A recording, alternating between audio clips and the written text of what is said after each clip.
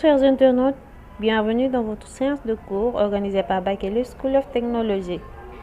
Je me présente, je suis Ngone Diop, coach en design à Bakele et je suis en compagnie de deux autres coachs en design, Fatma Dian et Mustafa Djugo, pour vous parler aujourd'hui du design graphique.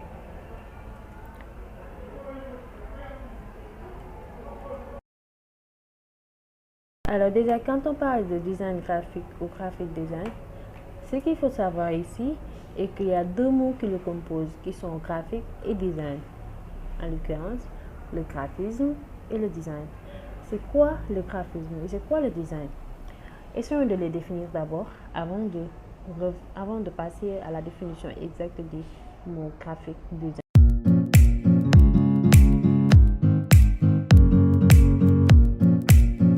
Le graphisme, c'est une discipline artistique qui traduit visuellement une idée, un message ou une information. Il consiste alors à créer, combiner et mettre en forme des éléments graphiques tels que des formes, des caractères typographiques, des couleurs, des photos, des dessins, etc. pour mettre en place un ensemble symbolique et significatif. C'est-à-dire que pour faire passer une information à travers une image sans avoir besoin d'utiliser la voix, il va falloir faire appel aux caractères typographiques, aux formes, aux couleurs, aux photos ou aux dessins qu'on va combiner, créer et mettre en forme pour avoir un ensemble symbolique et significatif. C'est alors une discipline qui nécessite de la créativité et de la rigueur, en sens de l'écoute aussi. Parce que pour faire passer une information à travers juste une image, ça se demande de la créativité et de la rigueur. Le design, c'est une activité de création souvent à vocation industrielle ou commerciale, pouvant s'orienter vers les milieux sociaux, politiques, scientifiques et environnementaux. Le but premier du design est d'inventer, d'améliorer ou de faciliter l'usage et le processus d'un élément ayant à interagir avec un produit ou un service matériel ou virtuel. Un des rôles fondamentaux du design est de répondre à des besoins, de résoudre des problèmes, de proposer des solutions nouvelles ou d'explorer des possibilités pour améliorer la qualité de vie des êtres humains, que ce soit dans les sociétés industrielles occidentales ou dans les pays en voie de développement. Maintenant que nous savons c'est quoi le design et le graphisme, essayons de combiner les deux pour voir ce que cela va donner.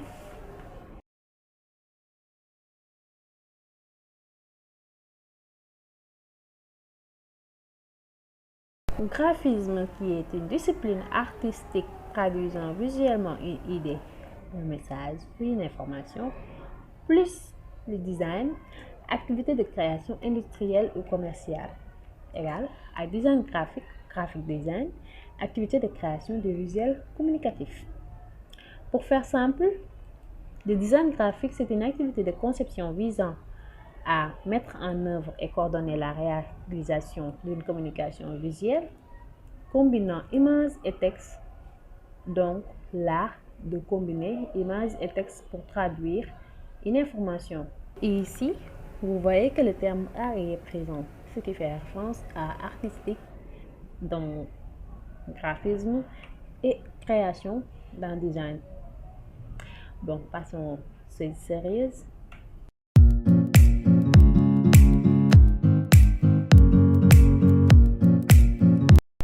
Nous avons 8 types de design graphique et ce sont ces 8 types que nous allons vous parler, qui sont l'identité visuelle, le marketing et la publicité, l'interface utilisateur, l'édition, le packaging, l'animation, l'environnement et enfin l'art et illustration. Pour cette première partie, nous allons vous expliquer qu'est-ce qu'une identité visuelle. Une identité visuelle est constituée par un ensemble d'éléments graphiques permettant d'identifier une entreprise ou une institution. Les éléments graphiques constituant une identité visuelle sont le nom, c'est-à-dire la marque, le logotype, la griffe, l'emblème, la couleur, la typographie, des pictogrammes, Dans le cas d'une entreprise, tous les éléments graphiques de l'identité visuelle sont détaillés et figés dans un document nommé charte graphique corporate. L'objectif premier de cette charte graphique est de décliner fidèlement une identité visuelle sur tous les supports de communication d'une entreprise. Site internet, signature de mail, emballage de produits, enseigne, véhicules de société, papier à lettres, carte de visite, flyers, dépliants, plaquettes commerciales. L'enjeu d'une identité visuelle est donc de faire valoir la marque de votre entreprise grâce à un ensemble de points invariants. Premièrement, nous avons le logo. Le logo est l'élément fondateur d'une identité visuelle. Il doit être évocateur, intemporel et déclinable. Il doit également être visible, compréhensible et facilement mémorisable. Il doit aussi être utilisable en couleur, en niveau de gris ou en noir et blanc et dans toutes les tailles. Nous avons aussi la typographie. Elle est utilisée pour le logotype, pour le contenu texte de tous les documents officiels et toute information diverse. Les couleurs. Le choix des couleurs a toute son importance. Utiliser la palette chromatique permet de garder une harmonie colorée pour toute votre communication avec éventuellement des couleurs référentes comme par exemple le vert comme couleur d'accent ou de catégorie. Les formes et les signes.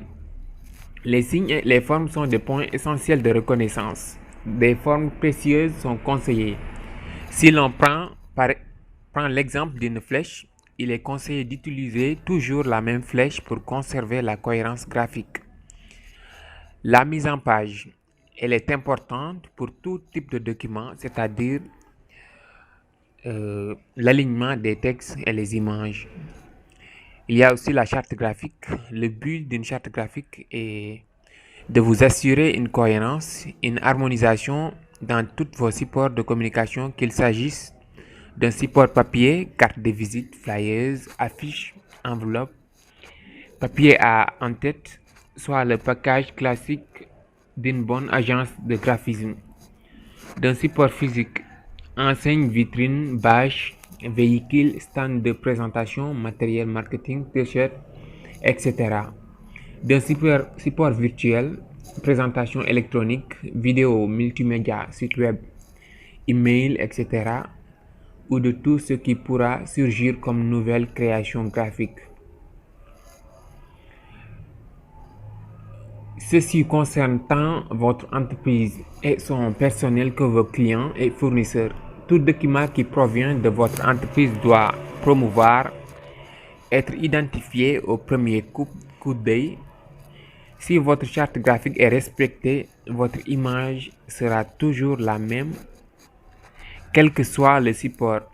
Regardez le nombre de sociétés qui ont une identité graphique forte. C'est le résultat d'une bonne charte graphique utilisée et respectée dans toute leur communication. Promouvoir une entreprise est évidemment l'enjeu d'une identité visuelle aboutie, qui est une stratégie de communication permettant d'attirer et de retenir l'attention des clients, d'asseoir la notoriété de l'entreprise, de confirmer la crédibilité auprès des partenaires commerciaux ou institutionnels. En bref, l'identité visuelle sert de repère pour l'ensemble des échanges commerciaux, diplomatiques et autres. Elle doit être reconnaissable facilement, donc identifiable comme étant celle de l'entreprise. Elle doit également être perçue comme une image marquante dans l'esprit du public pour qu'il s'en souvienne et l'attribue systématiquement à l'entreprise concernée. C'est ainsi que se développe la popularité et la notoriété de celle-ci. Marketing et publicité dans le design graphique. Bon, d'abord, ça c'est déjà que quand on parle de design graphique, il ne s'agit pas ici de design créé pour le marketing et la publicité, étant donné que les contenus visuels sont toujours plus engageants que du texte seul. Les organisateurs cherchent de l'aide auprès des designers graphistes pour se promouvoir et communiquer de manière plus efficace. Et alors, ils deviennent des designers en marketing. Notons que les entreprises comptent sur la réussite de leur campagne de marketing pour influencer les décisions de leurs audiences cibles. Un marketing efficace engage les gens en fonction de leurs désirs, besoins, connaissances et satisfaction d'un produit, d'un service ou d'une marque. De ce fait, les designers en marketing doivent maîtriser plusieurs types de design graphique, la mise en page et les interfaces des applications. Ils doivent aussi être familiers avec les processus d'impression ainsi qu'avec les différents environnements numériques, en plus d'avoir d'excellentes compétences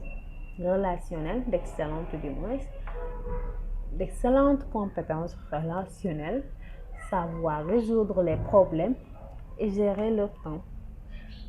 Les exemples de design que font les designers en marketing sont cartes postales et flyers, magazines et publicités dans la presse, affiches, bannières et panneaux publicitaires, infographies, brochures imprimées et digitales, habillage de véhicules, panneaux et présentoirs commerciaux, modèles d'email marketing, présentation PowerPoint, menus, publicité sur les réseaux sociaux, bannières et graphiques, bannières et publicité de recyclage, images pour blog et site web, l'interface UI en anglais, UI design en anglais ou l'interface utilisateur en français se rapporte à l'environnement graphique dans lequel évolue l'utilisateur d'un logiciel, d'un site web ou d'une application.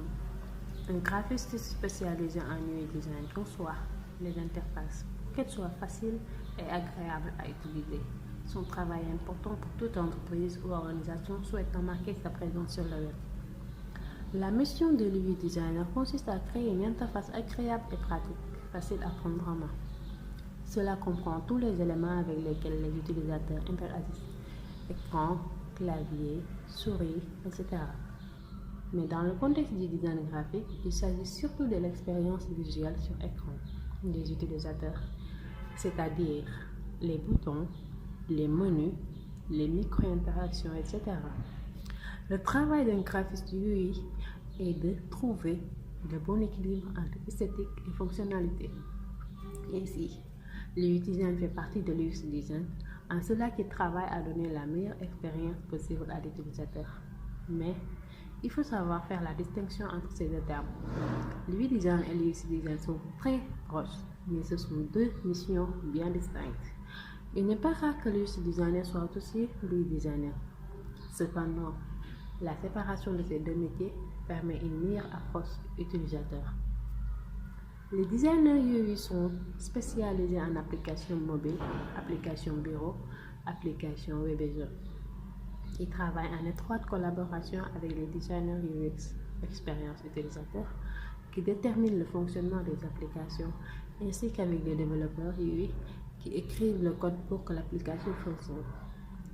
Aujourd'hui, maîtriser l'approche UX est fondamental lorsque l'on veut mettre au point un produit concentré sur l'interaction avec l'internaute pour que la navigation dans une interface web mobile soit agréable et efficace. L'UI designer devra élaborer une stratégie pour optimiser son interface. Il sera tenu de découvrir les exigences et les souhaits de l'utilisateur. La relation avec le produit devra être pratique et fonctionnelle en vue de lui offrir une entière satisfaction et d'explorer de nouvelles façons qui impliqueraient certainement nos sens humains. D'ailleurs, la grosse difficulté pour le designer d'interface est d'offrir une expérience utilisateur design logique entre toutes les pages du site. En effet, qu'importe la relation entre les pages, le ressenti utilisateur doit être dans une continuité partout sur le site.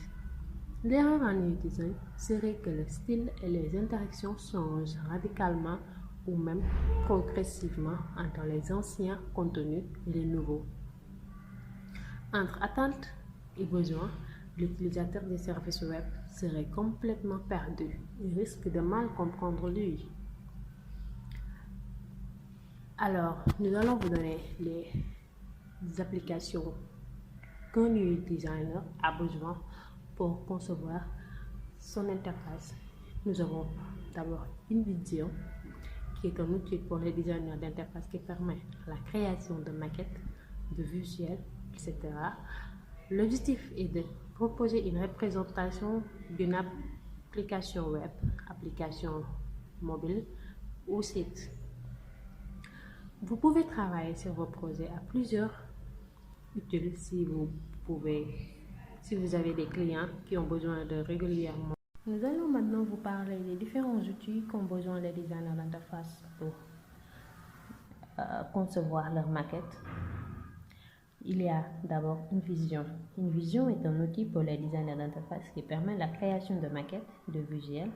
L'objectif d'InVision est de proposer une représentation d'une application web ou d'un site. Vous pouvez travailler sur vos projets à plusieurs sur InVision, ce qui est utile si vous avez des clients qui ont besoin de régulièrement voir les avancements.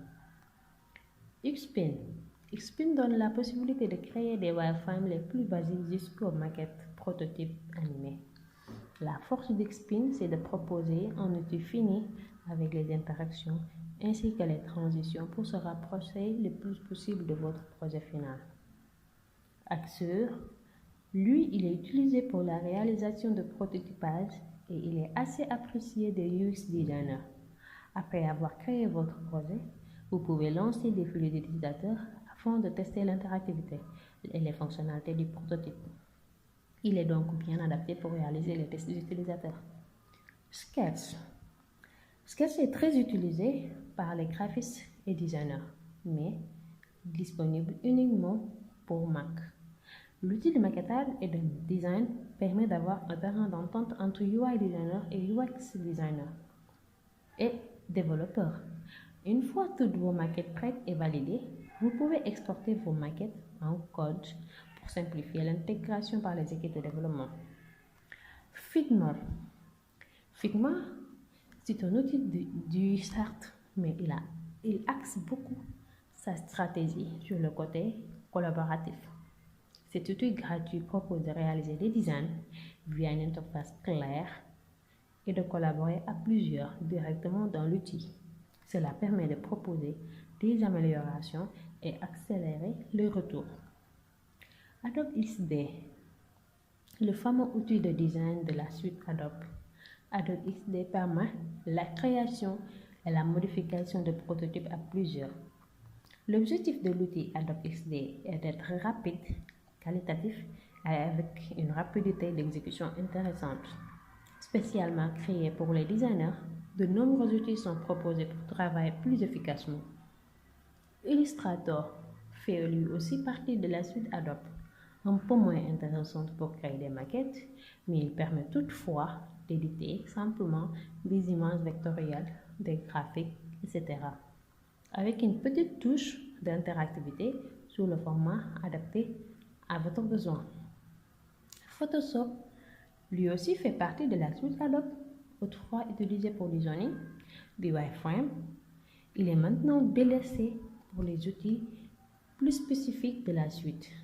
En effet, Photoshop va plutôt aider à la retouche d'images précises pour adapter les illustrations type photographie ou GIF.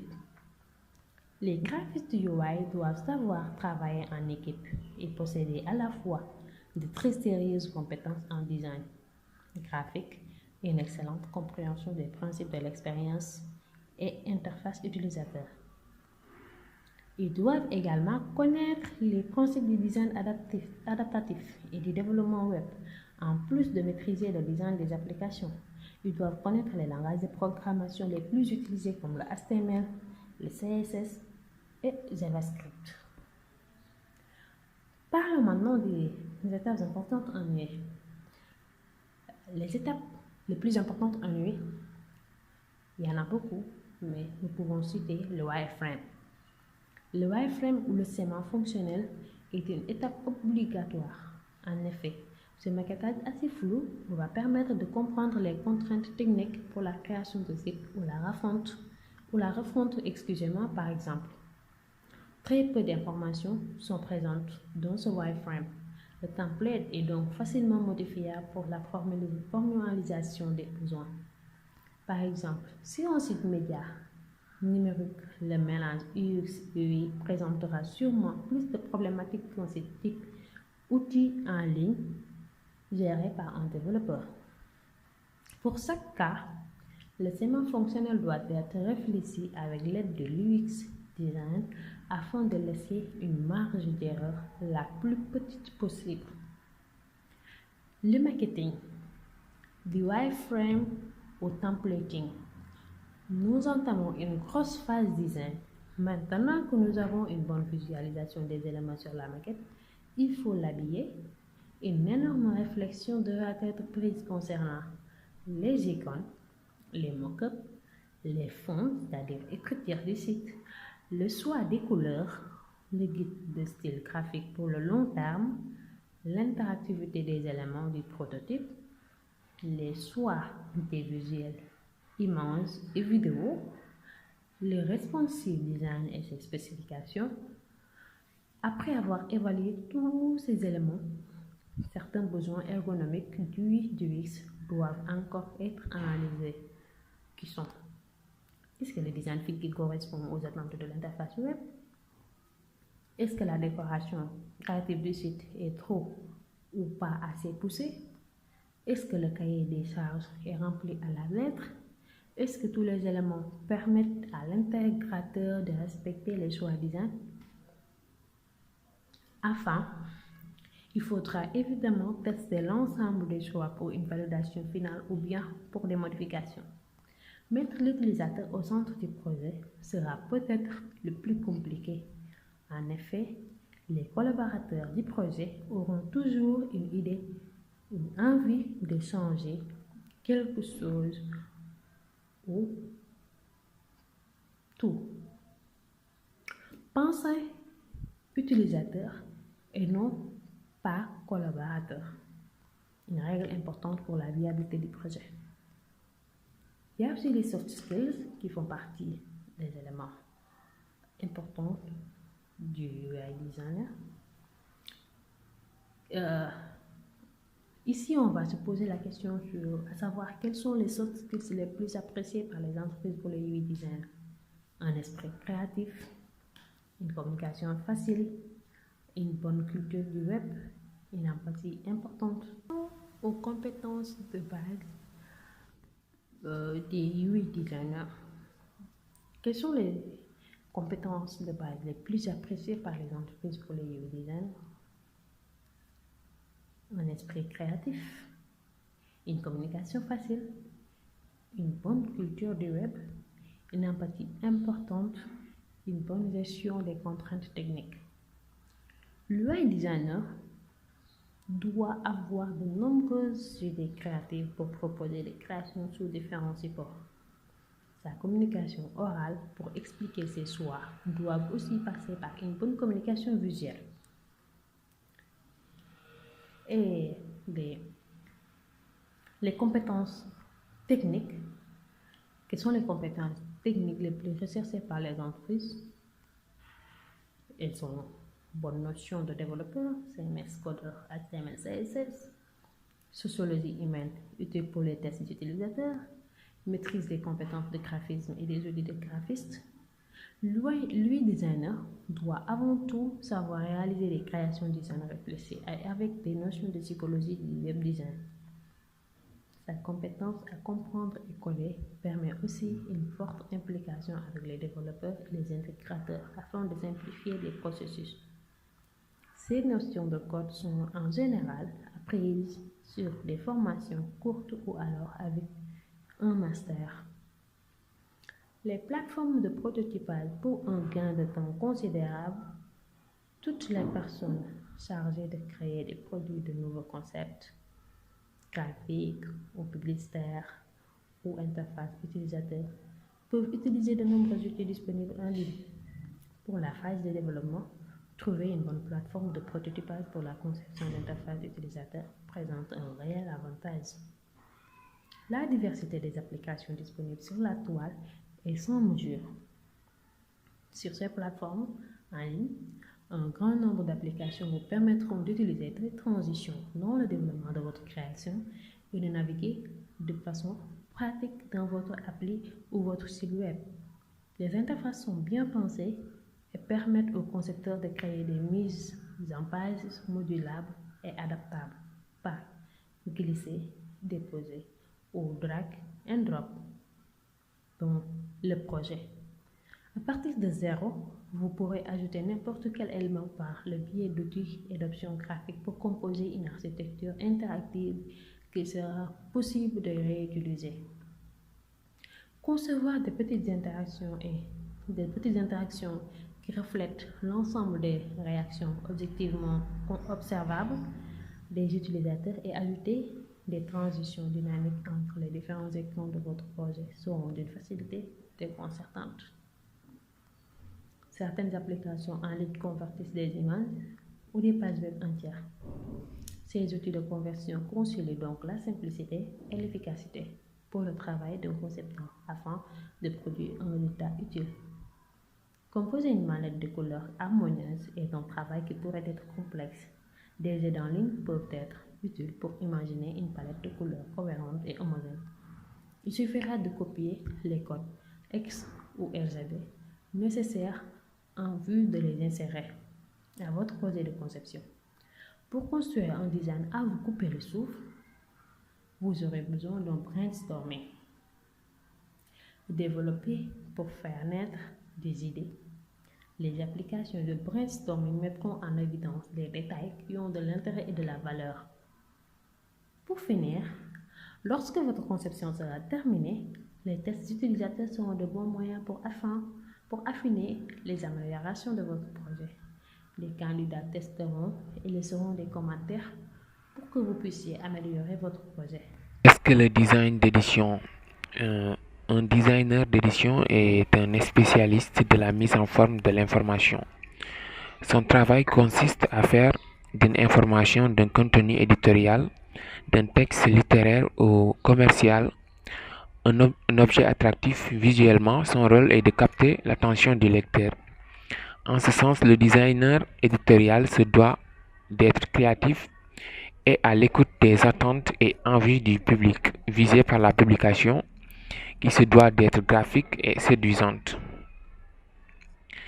Les registres du langage visuel.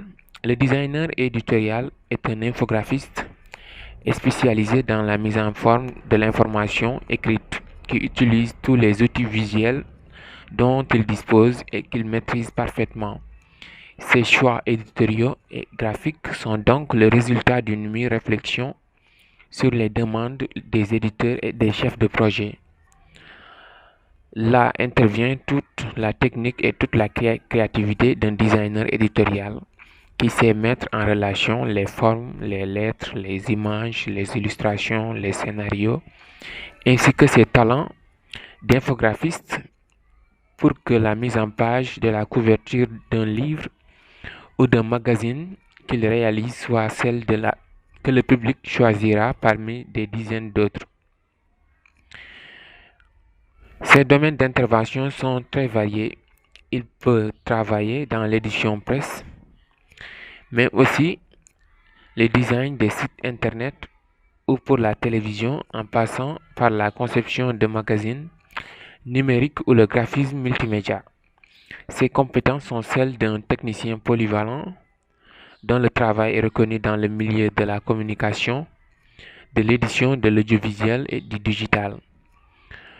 Toute entreprise ayant besoin de communiquer avec l'extérieur a besoin d'un designer éditorial dans la mesure où il est le pilier de la communication de l'entreprise avec sa triple compétence en publication, print, web et multimédia. Il est donc capable d'adapter sur tout support actuel tout type de projets éditoriaux. En effet, un designer éditorial est en contact permanent avec des journalistes, des photographes, des illustrateurs, des imprimeurs, des traducteurs ou des développeurs informatiques. Son travail demande un esprit d'équipe développé. Il est amené à travailler avec un grand nombre de professionnels qui exercent différentes activités nécessaires au bon déroulement d'un projet éditorial. Il est l'intermédiaire entre le service création et le service marketing ou encore entre l'éditeur et le développeur informatique. Ses qualités d'adaptabilité. Le designer éditorial est ouvert sur le monde et son environnement. Il peut s'intégrer facilement au sein des groupes de presse, des agences de communication ou directement au sein de groupes internationaux. Sa créativité et sa capacité à accrocher le lecteur par une mise en page claire, graphique dans la structure de l'information font de lui un élément indispensable dans une entreprise éditoriale. La carrière du designer éditorial est mobile et évolutive. Il construit son savoir-faire et sa propre philosophie tout en s'étoffant des progrès technologiques, créatifs et organisés. Il doit savoir mettre en forme un contenu et le rendre dynamique et attractif. Pour devenir designer éditorial, il faut être créatif, polyvalent, compétent, faire preuve d'initiative et être en veille technologique permanente afin d'être en perpétuelle évolution technique pour pouvoir répondre au mieux aux demandes des clients. L'animation. Le terme animation comprend plusieurs types d'images en mouvement dans le motion design. Le principe de l'animation remonte à plus de 100 ans. Il est théoriquement possible de réaliser un motion design à la main, ce qui différencie le motion design des autres types d'animation au moins en termes de vidéo marketing, c'est le contenu. Le motion design est typiquement associé aux objets inanimés, au texte et aux autres éléments de design graphique. On parle d'animation au sens large à partir du moment où l'on donne du mouvement à un tableau, une infographie ou à un site web. Mais si l'on veut parler précisément, il s'agit d'un type d'animation appelé motion design. En comparaison, l'animation est une forme d'art en elle-même qui se concentre sur les effets cinématographiques et sur les techniques de narration pour raconter une histoire. Pensez-y comme cela, si votre vidéo met en mouvement des éléments graphiques pour illustrer un point précis, il s'agit de motion design. Si votre vidéo contient des personnages liés les uns aux autres, on appellera cela de l'animation. Mais alors qu'en parle-t-on d'animation en opposition au terme de motion design? Les animations servent à raconter des histoires. Tous ceux qui ont vu les films de Pixar savent à quel point l'animation est un outil de taille. Le motion design peut certes donner vie à des données statistiques, mais l'animation peut donner vie à des personnages en ajoutant de l'émotion et de la personnalité au design. Les animations sont plus chères. Les motion design sont généralement plus faciles à produire. C'est une forme moins complexe d'animation, mais si vous voulez créer des effets spéciaux ultra réalisés, animer des illustrations réalisées à la main ou encore utiliser les techniques de stop motion, préparez-vous à faire un sérieux investissement d'argent. Packaging. Le design de packaging est l'association du design de fonction et de celui de la communication. En effet, il arbore dans la démarche l'approche systémique du cycle de vie d'un produit et du couple qu'il forme avec son contenant qui est l'emballage.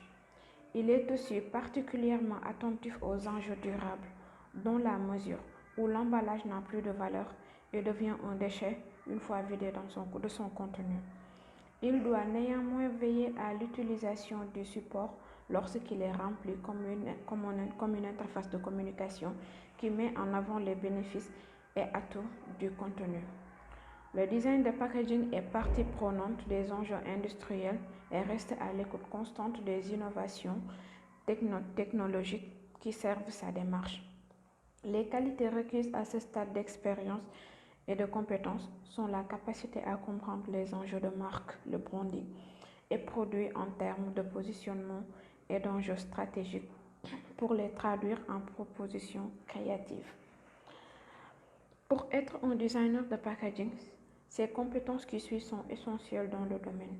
Il faut être intéressé et passionné pour le branding, avoir la capacité d'appréhender les enjeux des projets, posséder une palette créative et technique affirmée, posséder une bonne démarche créative, posséder une bonne maîtrise du dessin, avoir la capacité à matérialiser rapidement un concept ou une idée par le dessin, utilisation performante des outils d'Adobe, autonome, sens de l'initiative, organisé, capacité d'écoute, réactif, engagé et positif, capacité d'analyse, de réflexion et de synthèse, approche design, capacité à positiviser les critiques et à rebondir, sens du détail, de la précision et de la qualité perçue, approche constructive et enthousiaste, calme et sang-froid, plaisir à travailler en groupe, capacité à prendre des responsabilités, capacité à faire des choix créatifs,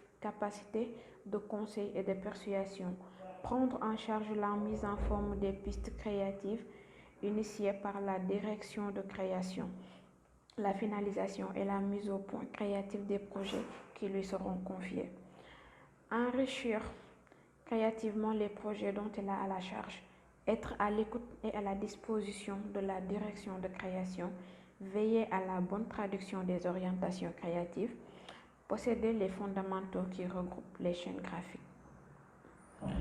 Le design de packaging a pour mission principale de protéger le produit emballé et permettre une utilisation la plus simple et ergonomique du moins possible. On pourrait dire donc que le packaging est un facilitateur. Il a pour rôle de créer à partir des codes prédéfinis les couleurs, les formes, les matières, les dessins, les typographies. Ce designer est capable de créer de toutes pièces un univers artistique qui exprime un désir, une envie ou un besoin. Dans ce vaste domaine d'activité qui se décline en une multitude de métiers, le designer packaging dédié à la conception, à la différenciation et à l'amélioration des emballages occupe une place de choix, étant donné qu'il est un anglicisme qui regroupe les catégories d'emballage. Cette industrie dynamique produit des cartons, des bouteilles, des sacs, des sachets, des flacons, des étiquettes, des caisses, entre autres. Le packaging est destiné aux vendeurs, aux usines, aux particuliers qui s'en servent comme emballage primaire, secondaire ou tertiaire selon leurs besoins. Bien sûr, il est possible de personnaliser à l'envie de packaging. Peu importe la forme, la fonction envisagée ou le type de matériau utilisé, c'est là où le designer packaging intervient. D'un point de vue technique, la packaging a aussi pour mission de transporter facilement le produit. Il doit également le protéger pour sa bonne utilisation et faciliter sa mise en rayon. Néanmoins, il a aussi une fonctionnalité commerciale. Son rôle est de mettre en avant le produit dans le but de séduire les clients pour les pousser à acheter. L'idée est donc d'allier fonctionnalité et esthétisme. Il se doit d'apporter une réponse instantanément aux enjeux actuels, valeurs d'usage, santé, écologique. Et si toutefois vous êtes séduit par ce métier, voici tout ce qu'il faut savoir pour s'y lancer. La plupart des produits ont besoin d'un emballage de sorte à pouvoir être stockés, distribués et vendus. Mais le design du packaging peut aussi être un formidable outil pour communiquer tout un tas d'informations aux consommateurs, ce qui en fait un excellent outil marketing.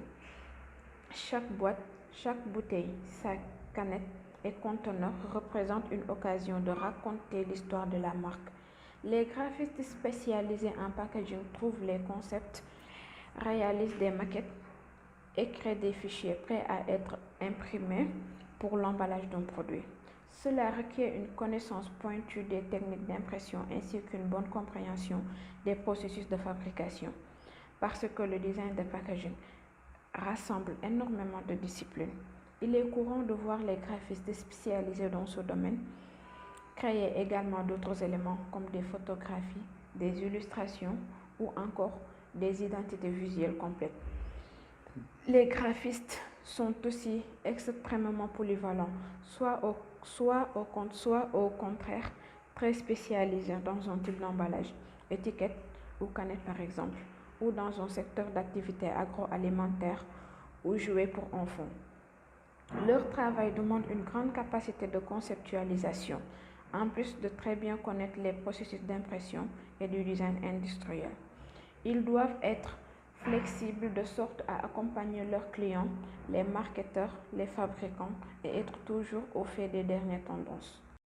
Le design de l'environnement. Le design de l'environnement est un champ d'études et d'intervention qui couvre le registre élargi de ce qui compose notre culture matérielle, allant de la conception des objets quotidiens à celle des espaces intérieurs et extérieurs et des lieux construits qui forment notre environnement. Autrement dit, le design d'environnement consiste à aménager les espaces de travail, les points de vente, les locaux publics ou les stands d'exposition. Ce domaine englobe les activités d'architecture commerciale, d'aménagement intérieur, signalétique, etc. Être designer de l'environnement n'est pas chose facile de nos jours, car il imagine, conçoit et organise l'aménagement de lieux de vie, de loisirs et de travail, chose essentielle dans la vie courante. Clairement, il s'investit dans le cadre d'un aménagement de sites naturels ou urbains, parcs, complexes architecturaux.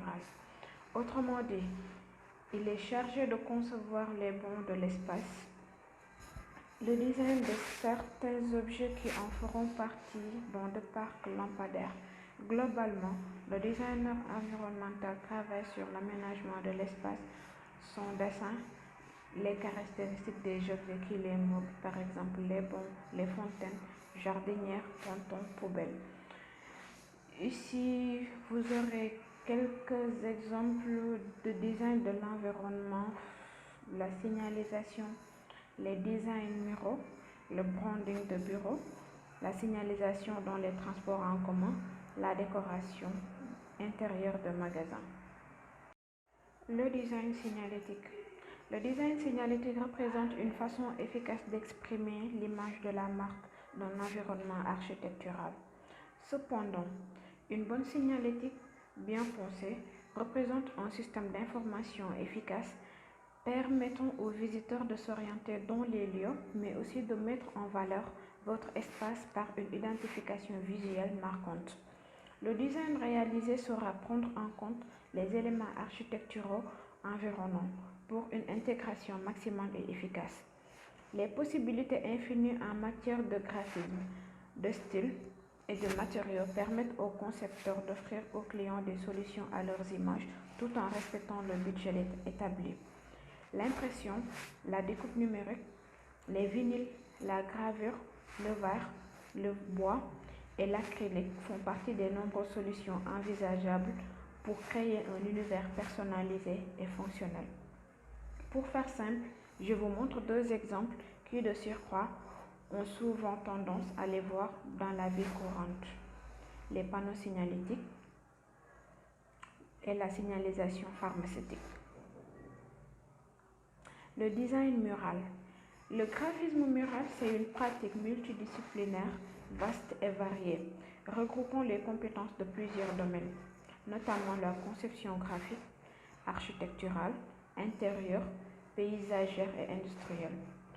Toutes concernées par les aspects visuels de l'orientation, la communication de l'identité et des informations et de façonner l'idée de créer des expériences qui connectent les gens au lieu. C'est ainsi une technique qui consiste à apporter l'illusion du relief tout en trompant le spectateur en jouant sur les matières ainsi que les effets visuels. Exemple. Le branding de bureau. Le branding se définit comme un lieu de travail qui est aménagé et décoré pour que celui-ci devienne un élément vecteur de l'image de marque d'une entreprise. Ces aspects uniques et personnalisés deviennent alors un véritable outil de communication pour l'entreprise envers ses clients associés au merchandising. Pour faire simple, le merchandising, c'est une technique de présentation des marchandises visant à inciter le consommateur à acheter. Des points de vente. Cette technique a la particularité d'être propre au bureau d'entreprise qui va ainsi refléter son image, son âme et sa philosophie à travers cette technique. On peut aussi parler de marketing de bureau pour faire simple. Exemple. La signalisation dans les transports en commun. Le transport en commun ou transport public, c'est un mode de transport consistant à transporter plusieurs personnes ensemble sur un même trajet. Il est généralement accessible en contrepartie d'un titre de transport comme un billet, un ticket ou une carte. Néanmoins, il peut être mis en disposition du public à titre gracieux dans certaines circonstances. Cependant, une signalisation routière est conçue pour apporter des avantages importants au fonctionnement des lignes de transport en commun. Elle concerne la circulation et le stationnement. Cette signalisation est surtout présentée dans les cas où il y a des voies réservées et pour signaler les arrêts. Exemple. La décoration intérieure de magasin. La décoration d'intérieur consiste à aménager un espace pour le rendre fonctionnel et agréable. Il est aussi reconnu par le mélange des aspects techniques, esthétiques, mais aussi psychologiques. Qu'elle soit privée, publique ou commerciale, la décoration d'intérieur prend en compte différents critères qui suivent: le cahier des charges, le budget, la configuration, la lumière, entre autres, pour aménager un espace et créer des ambiances. Exemple. Merci. Le design de l'art et de l'illustration. Le domaine de l'art et de l'illustration est souvent perçu comme équivalent du design graphique. Cependant, ces deux domaines sont très différents l'un de l'autre. Les graphistes créent des compositions pour communiquer et résoudre des problèmes, tandis que les artistes et les illustrateurs créent des travaux originaux. Leur art prend plusieurs formes, qu'il s'agisse de beaux-arts, de décoration ou d'illustration de texte. Même si l'art graphique et les illustrations ne sont pas techniquement des types de design graphique, les deux domaines sont tellement liés l'un à l'autre qu'il est difficile de parler de l'un sans faire référence à l'autre. Rôle et mission de l'art. Pour la plupart des gens, l'utilité de l'art se limite au tourisme, au développement personnel, à la décoration, au loisir et au divertissement, alors qu'il est bien plus que cela.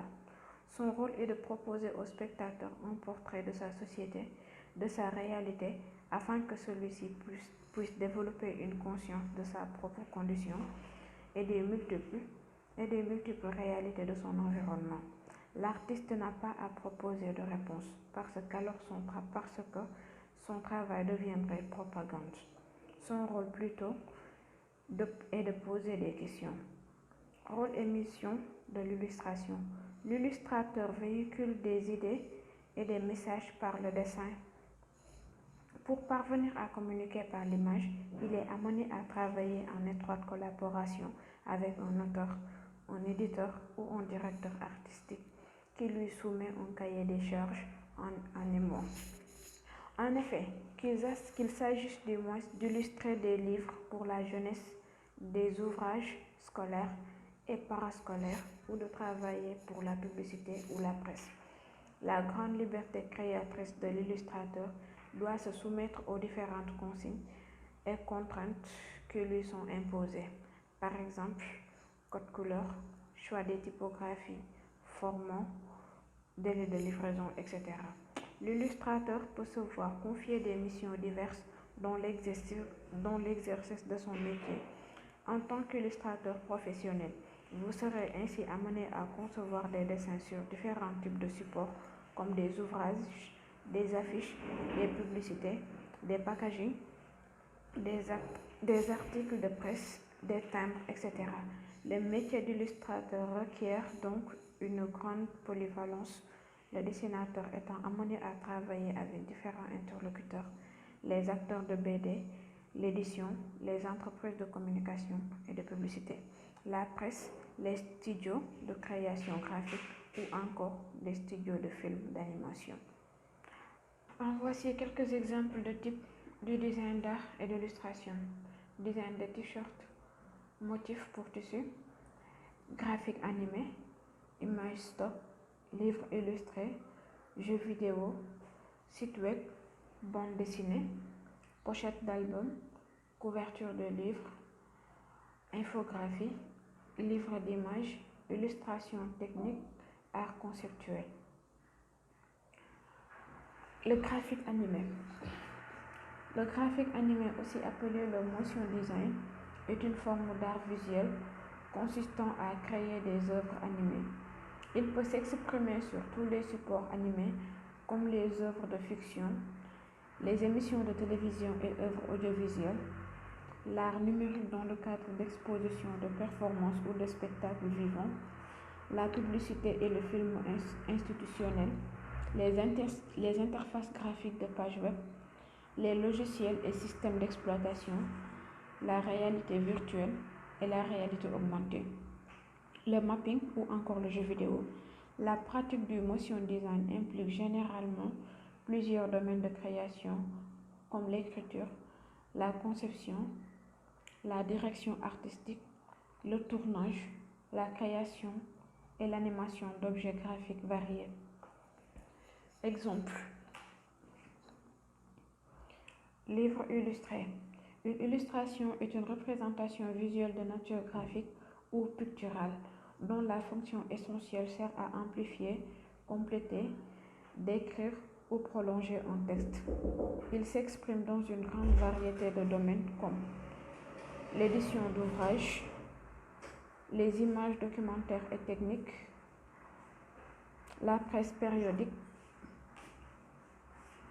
la publicité, la cartographie, la récapitulée des données, ajouter des éléments visuels à un texte sans s'y substituer également, schématiser des instructions, symboliser, créer une émotion.